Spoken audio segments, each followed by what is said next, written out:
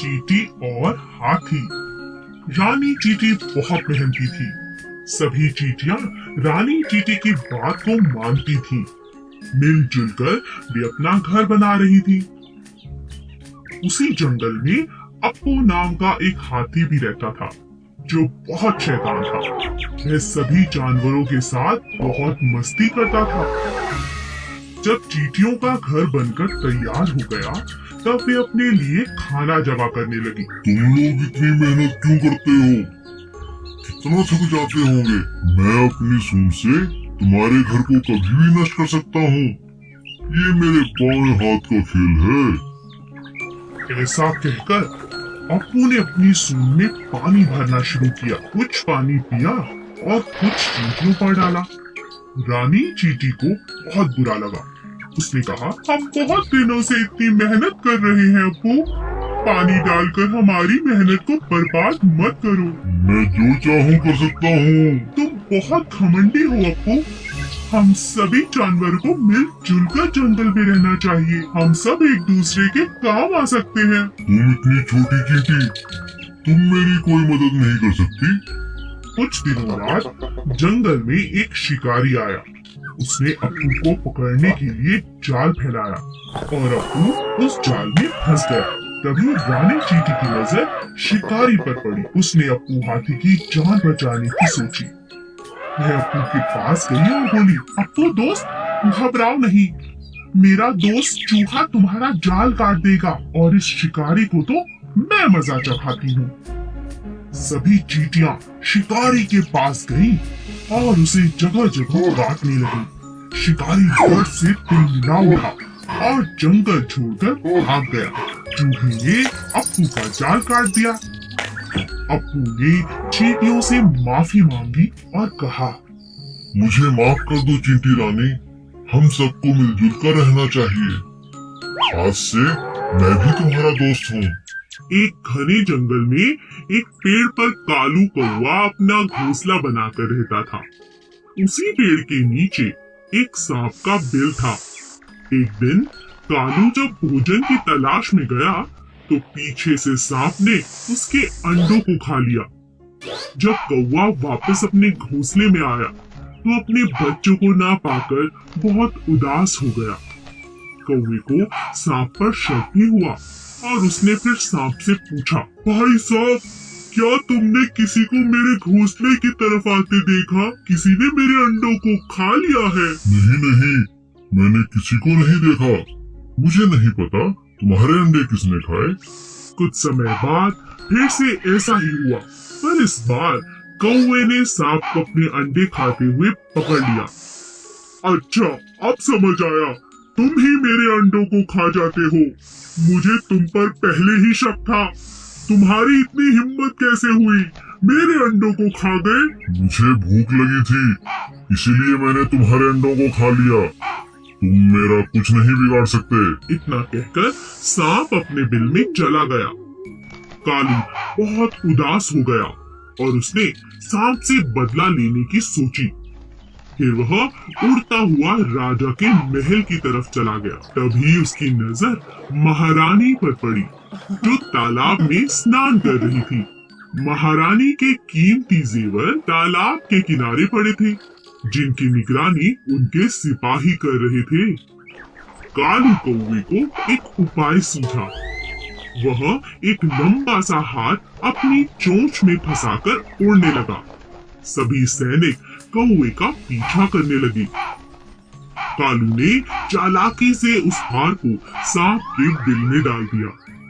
जब सैनिकों ने बिल में डंडा मारा, तब बाहर निकला सांप, जिसके गले में महारानी का हार था। सैनिकों ने पीट पीट कर सांप को जान से मार दिया और हार ले लिया। इसी तरह कालू कौवे ने सांप से अपना बदला ले लिया। एक जंगल में एक बहुत ही खतरनाक शेर रहता था।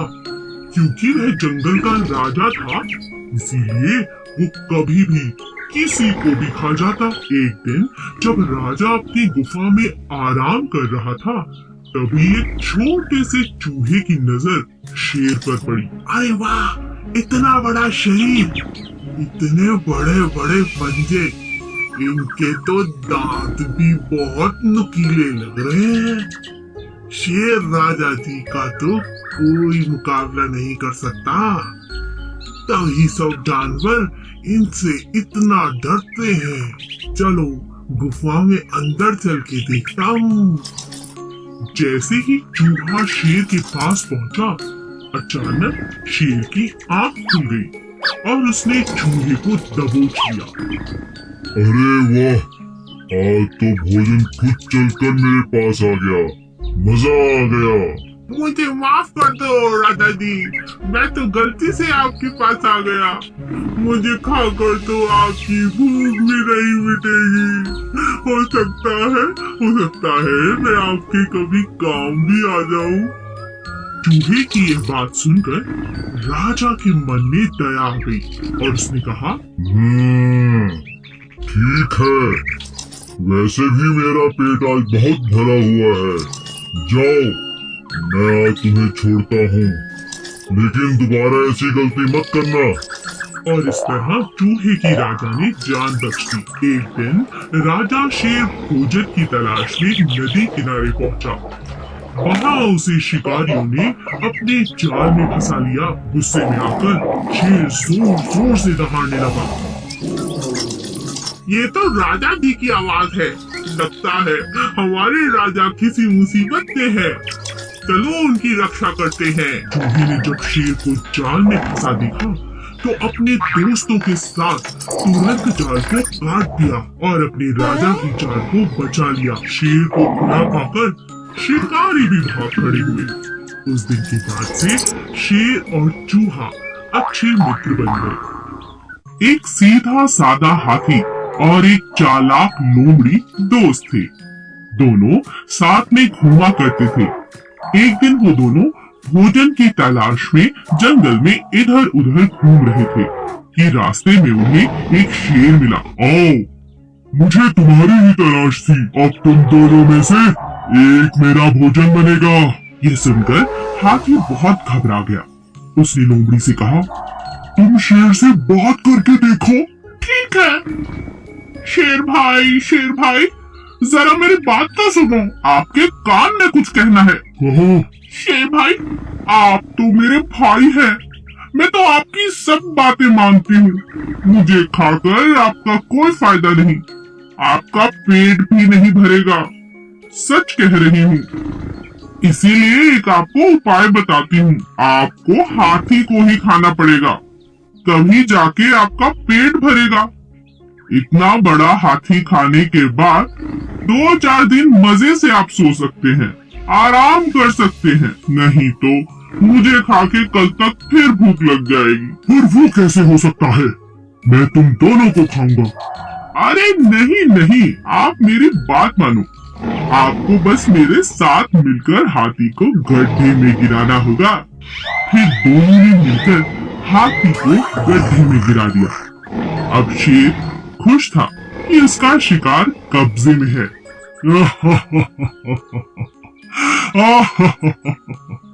अब तुम इधर आओ चालाक लोमड़ी। खुद को बहुत चालाक समझती हो। अपने प्रिय दोस्त हाथी को भी मेरे लिए धोखा दे दिया।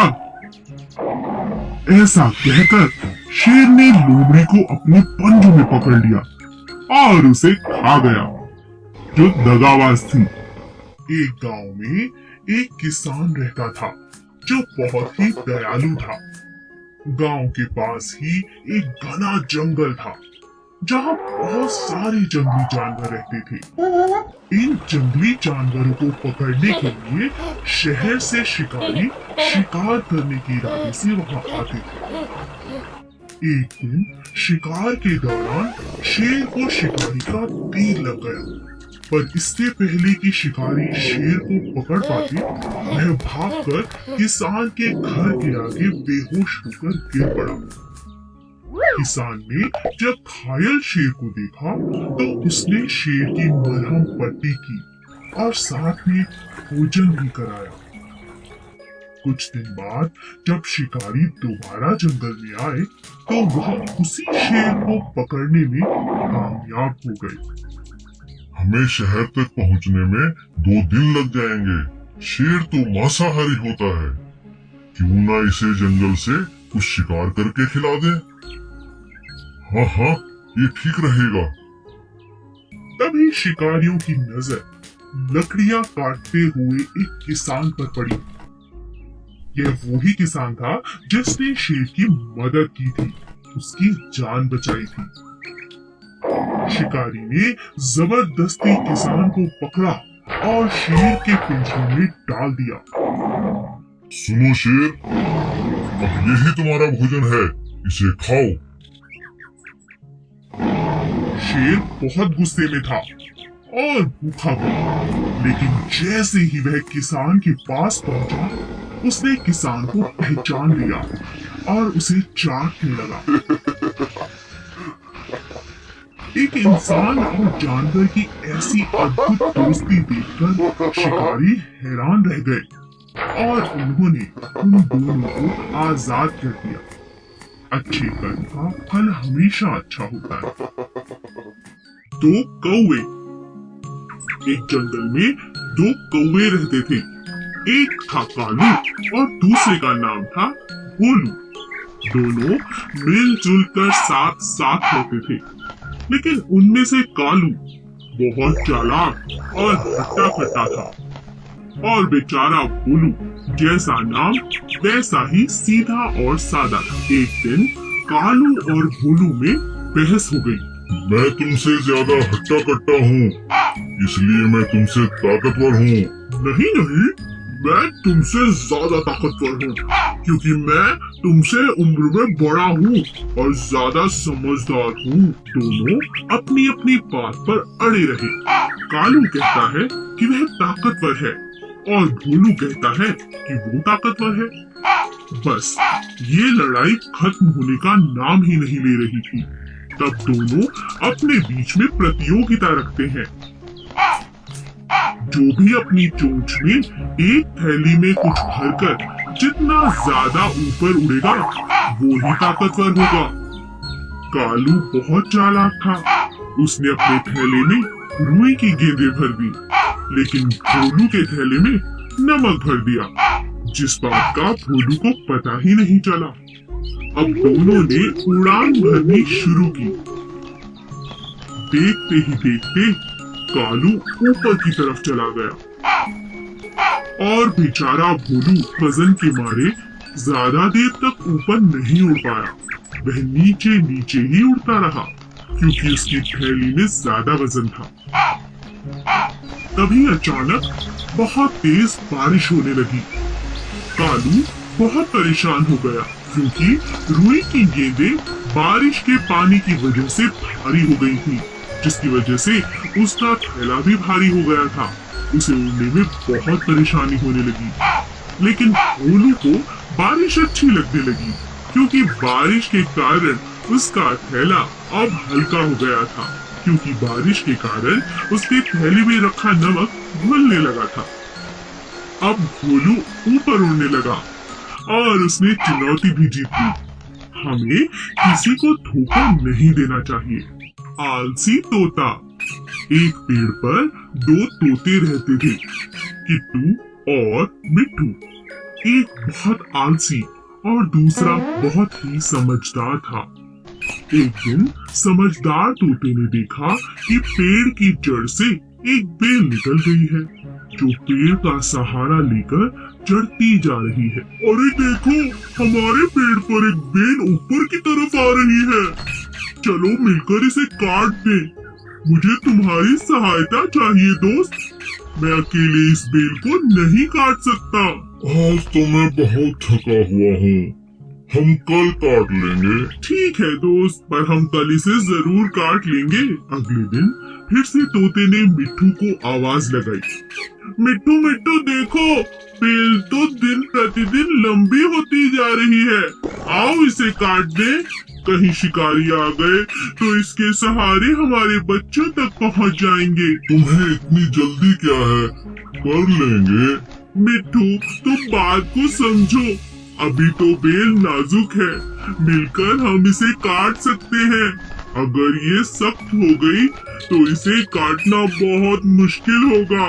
ऐसा करते करते कई दिन निकल गए और बेल पक्की हो गई। तोता रोज मिट्टू को आवाज लगाता, लेकिन मिट्टू कोई ना कोई बहाना बनाकर टाल देता। किट्टू तोता अपने बच्चों को लेकर दूसरे एक ऊंचे पेड़ पर जाने को मजबूर हो गया, क्योंकि उसे पता था कि मजबूत बेल के सहारे कभी भी शिकारी आकर उसके बच्चे ले जा सकते हैं।